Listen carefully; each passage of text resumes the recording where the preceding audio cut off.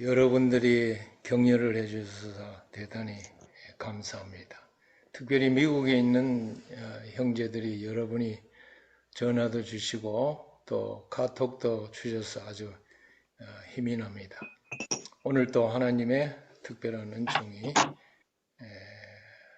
여기에 참석한 모든 분들에게 임하시기를 기원하면서 성경 통독 프로젝트 역대상 두 번째 강의를 시작하도록 하겠습니다.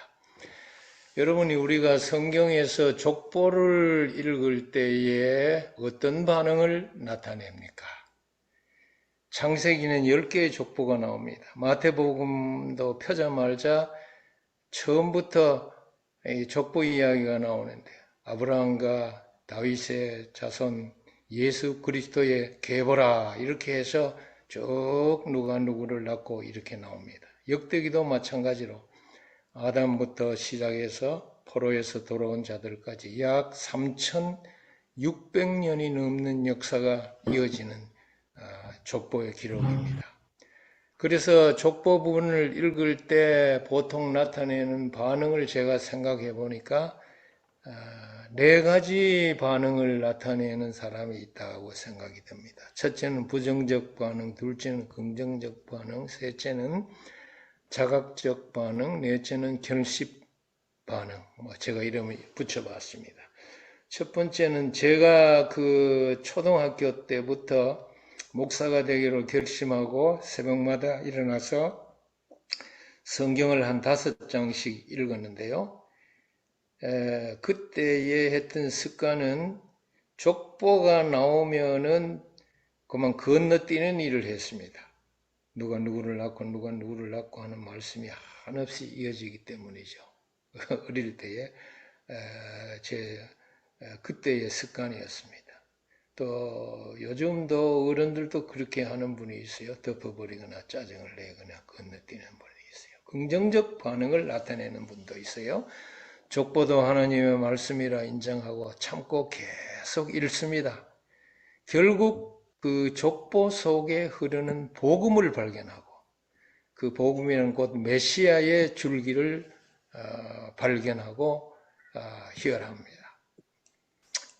제가 그 메시아의 줄기라고 하는 그 용어를 사용하는 것을 용납하시기를 바랍니다.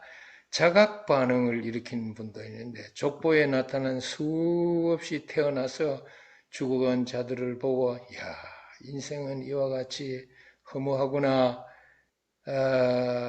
안개와 같고 그 들의 풀과 같다고 하더니 정말 무상함을 느끼고 그저 하나님께 무릎 꿇고 자신을 미래에 맡기는 자도 있습니다.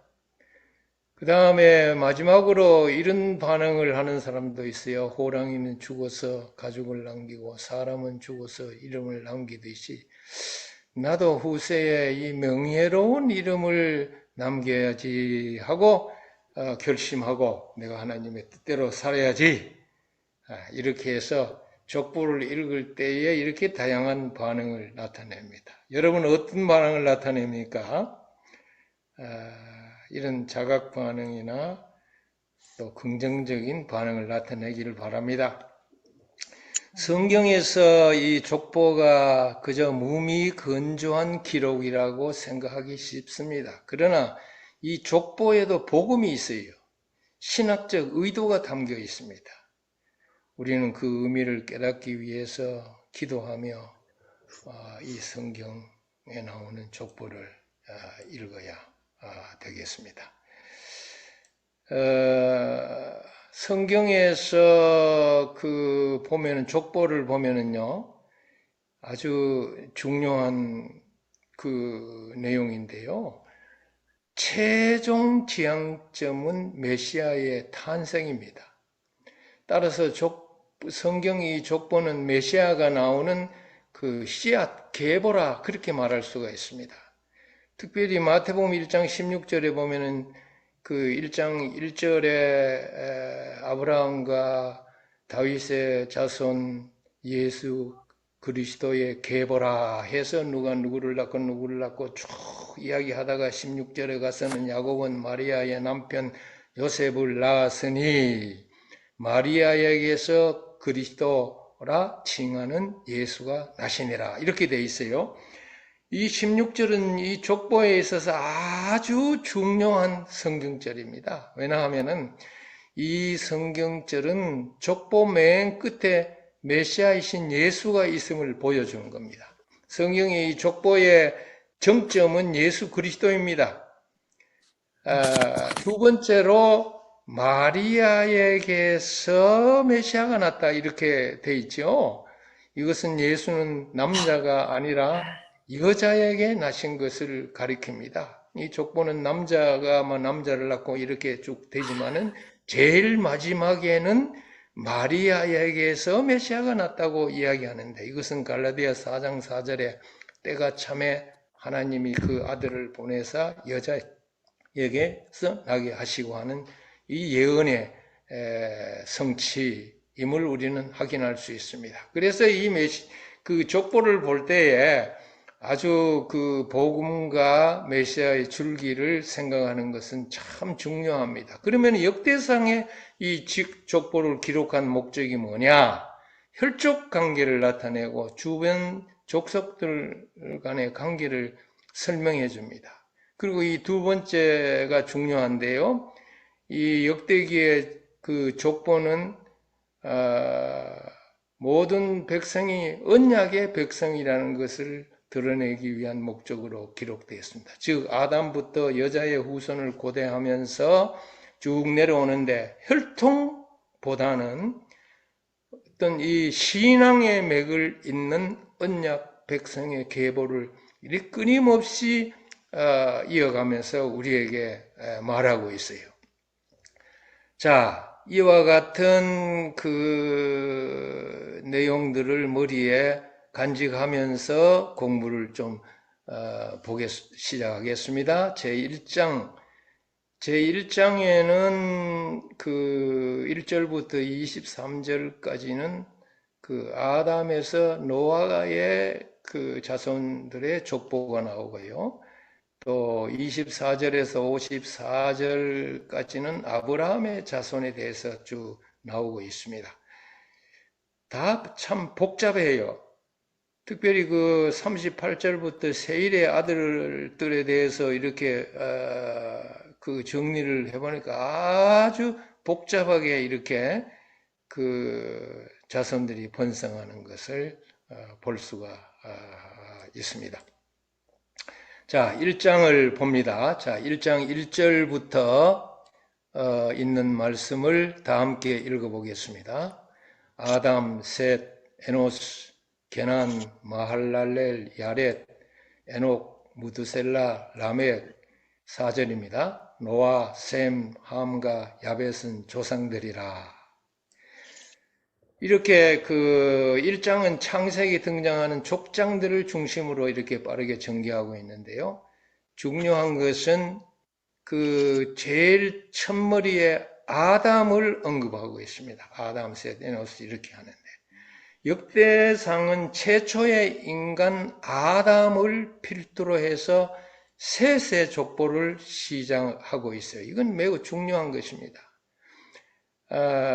이것은 하나님의 아들들의 역사를 추적하기 위해서 아담을 언급하고 있어요. 즉 이거를 메시아의 줄기라, 제가 그 붙인 이름입니다만은 그 이해하시길 바랍니다. 메시아의 줄기예요. 그러나 가인의 족보는 가인부터 시작이 돼요. 창세기 4장 16절부터 보면 이 가인의 족보는 메시아의 줄기가 아니라 보통 사람의 줄기입니다. 그래 메시아의 줄기와 사람의 줄기는 구분이 됩니다. 혈통적으로 볼 때에 가인은 아담의 후손이니까 그 가인 위에 아담이 포함이 되지만은, 그러나 그 메시아의 줄기에서 볼 때는 가인은 그 밖의 사람이에요. 그래서 가인이 제일 위에 있어요. 메시아의 줄기는 아담이 제일 위에 있어요. 물론 아담 위에 누가 보면 하나님이 있죠. 하나님, 아담 이렇게 나갑니다. 이거는 메시아의 줄기입니다. 기술 형태도 보면 달라요. 가인의 족보는 보면은 창세기 4장 16절부터 보면 누가 누구를 낳고 누가 누구를 낳고 누가 누구를 낳았더라 뭐 이렇게 기술이 되었습니다. 그러나 이 메시아의 줄기 셋의 족보는 좀 달라요. 형태가 누가 누구를 낳았고 또 뭐 얼마를 지내며 몇 세에 죽었더라 이런 식으로 되어 있습니다. 누가 누구를 낳고 얼마 동안 지내며 얼마 몇 살에 죽었더라. 이렇게 해서 사람의 줄기와 메시아의 줄기를 구분하고 있습니다.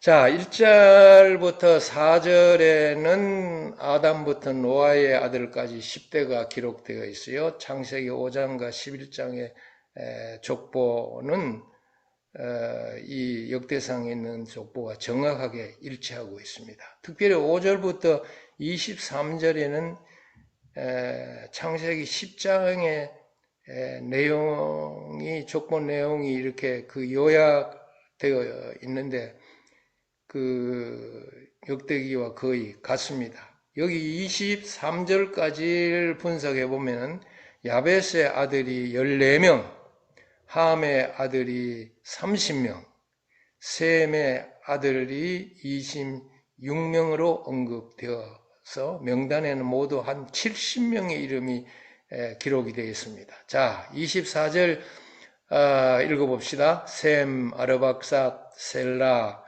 에벨, 레웩, 벨렉, 루, 스룩, 나홀, 데라, 아브라함 곧 아브라함은 조상들이요 해서 27절에 마쳐집니다. 그래서 24절, 27절은 그 창세기에 있는 것을 간략한 형태로 그냥 요약을 합니다. 또 28절부터 42절에는 아브라함으로부터 시작해서 이스마엘, 그두라의 아들들 그리고 이삭을 통하여 생겨난 지파나 민족의 두 번째 명단이 나옵니다. 그런데 여기에 아주 귀중한 그 복음이 있어요. 앞에 명단에 보면은 셈, 함, 야벳 중에 17절에 셈의 후손을 언급하기 전에 그 앞에 야벳의 자손과 함의 자손을 먼저 열거하고 있습니다. 그런데 그 28절, 28절에, 42절에도 보면은, 적장자인 이삭의 자손을 마지막 34절에 언급을 하고, 그 전에 서자인 이스마엘과 또 그드라의 자손인 서자들을 먼저 언급하고 있습니다. 이것은 제가 볼 때 아주 배려 차원으로 보이는 것입니다.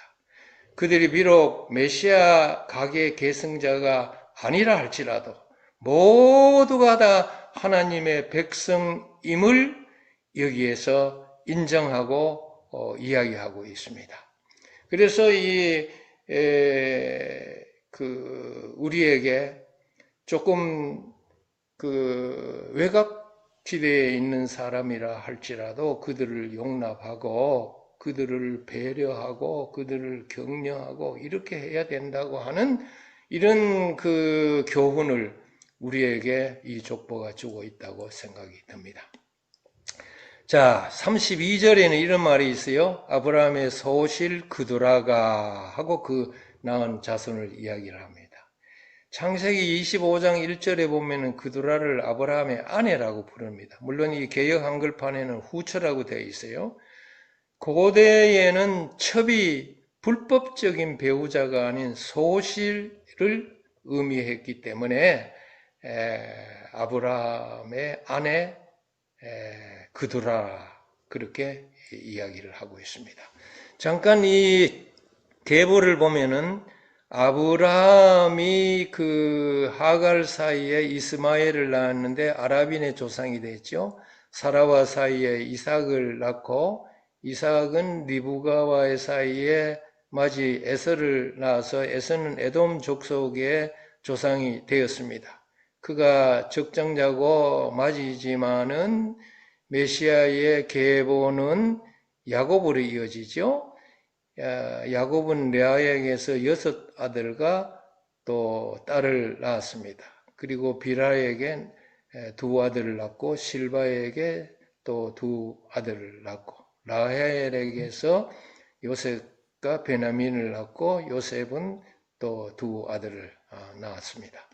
이렇게 해서 이 메시아의 계보가 아브라함, 이삭, 야곱에게서 적장자인 루벤이 버림을 받고 그 유다로 메시아의 계보가 이어지고 왕권이 이어집니다. 그 반은 요셉에게 주어졌습니다.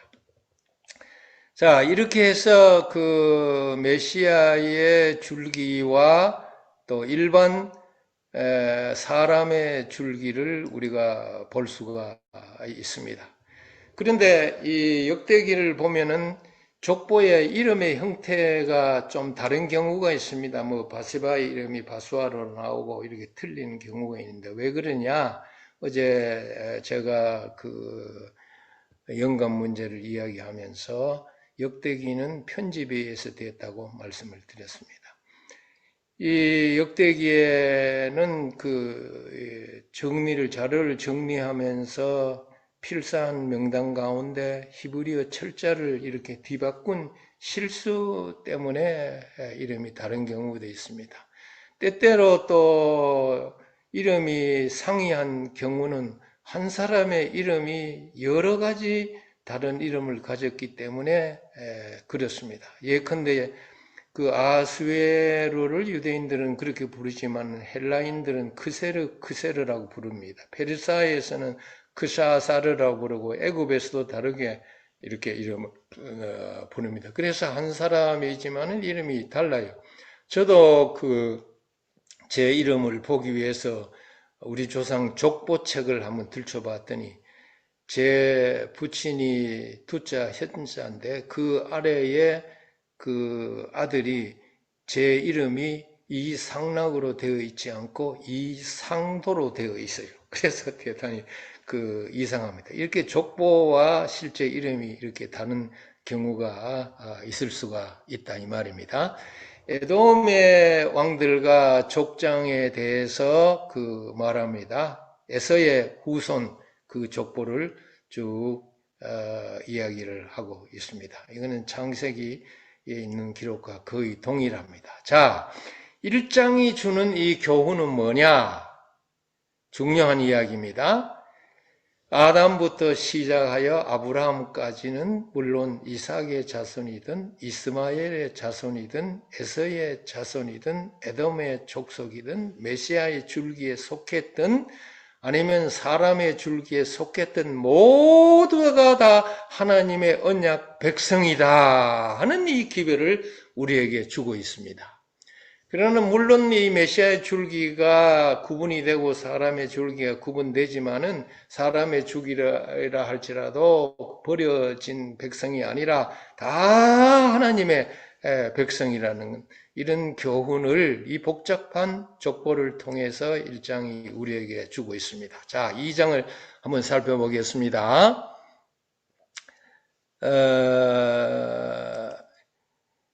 그 2장은 야곱의 아들 그들 대해서 또 족보를 이야기를 하고 야곱의 유다에서부터 이세까지 이세의 아들들 그리고 헤론의 후손들 갈렙의 후손들에 대해서 이야기를 합니다.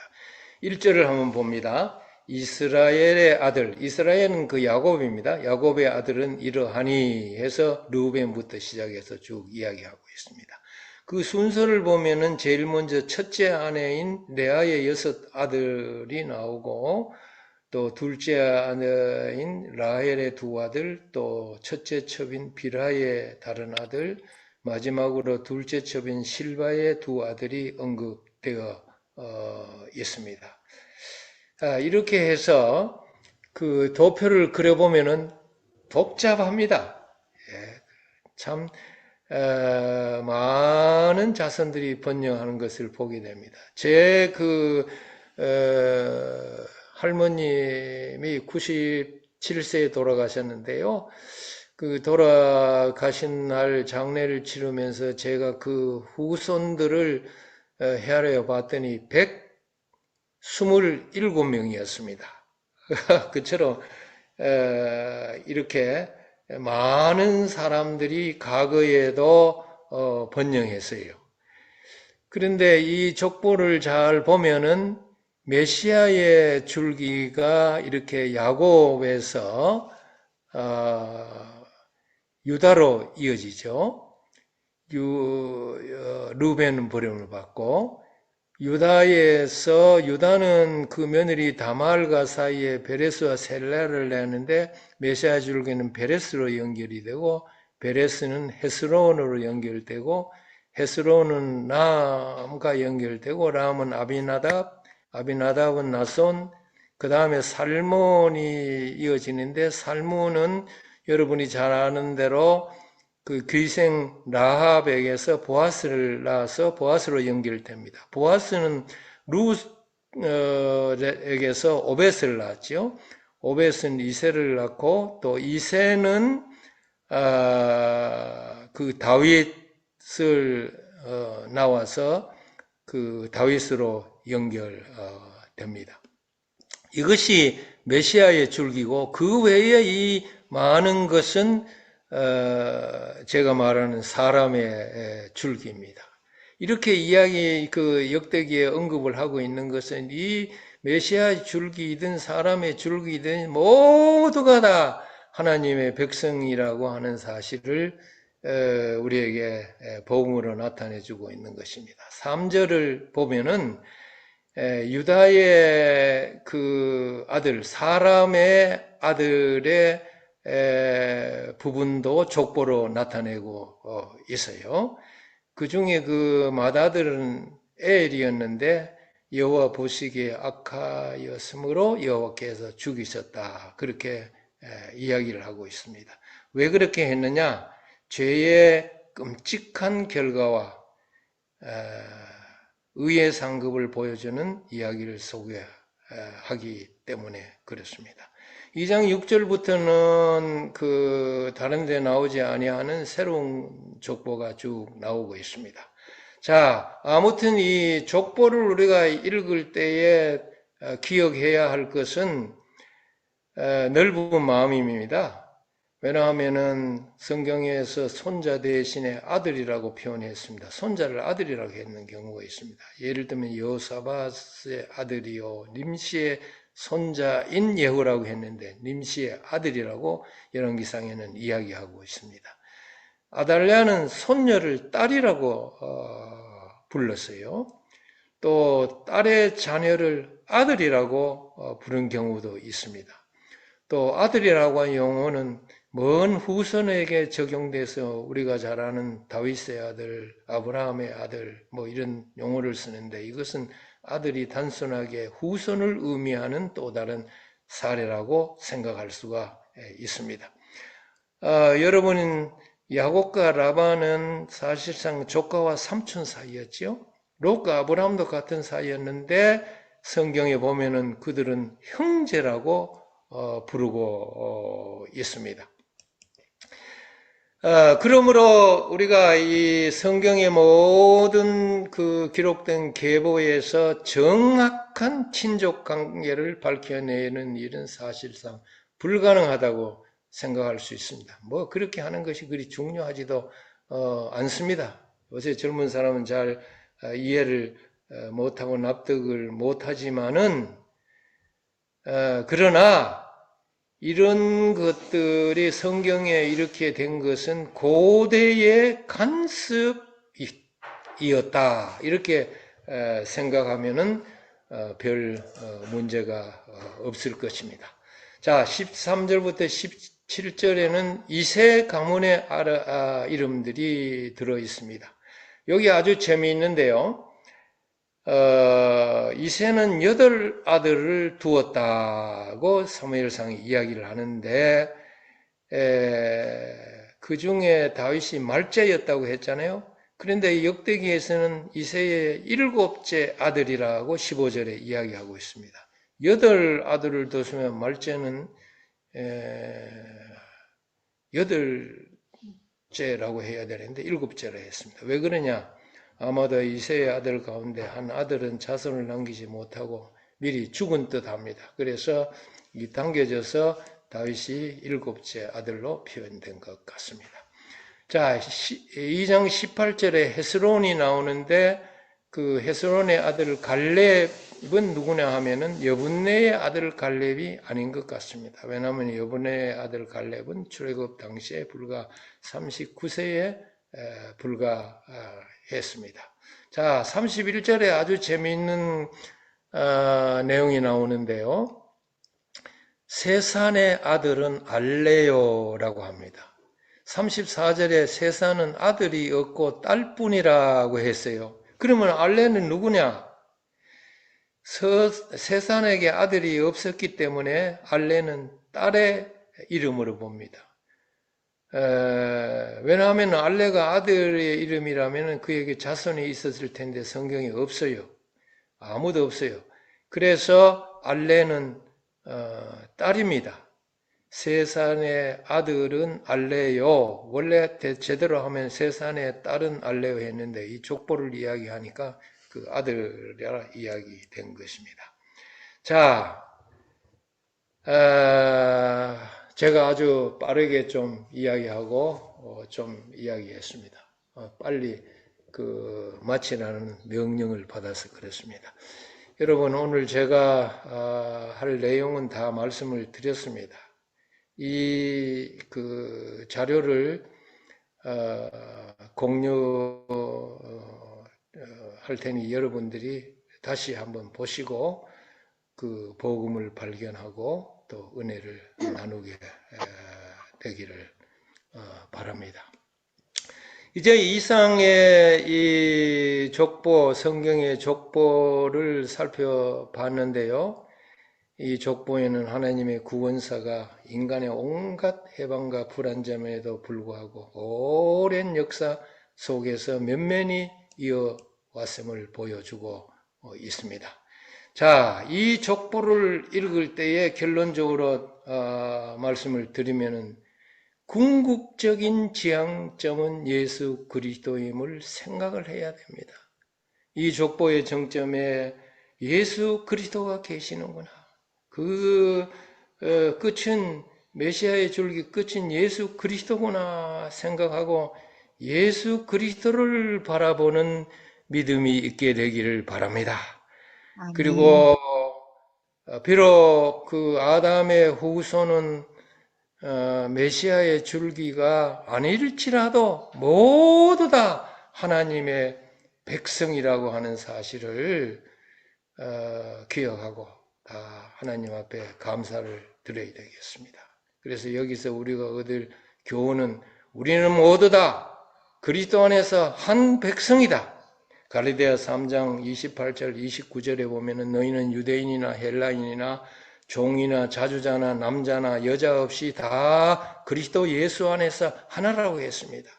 그래서 누구든지 그리스도께 속한 자면 다 메시아의 줄기인 아브라함의 자손이 되어서 약속대로 유업을 이을 자가 된다고 했습니다. 사랑하는 이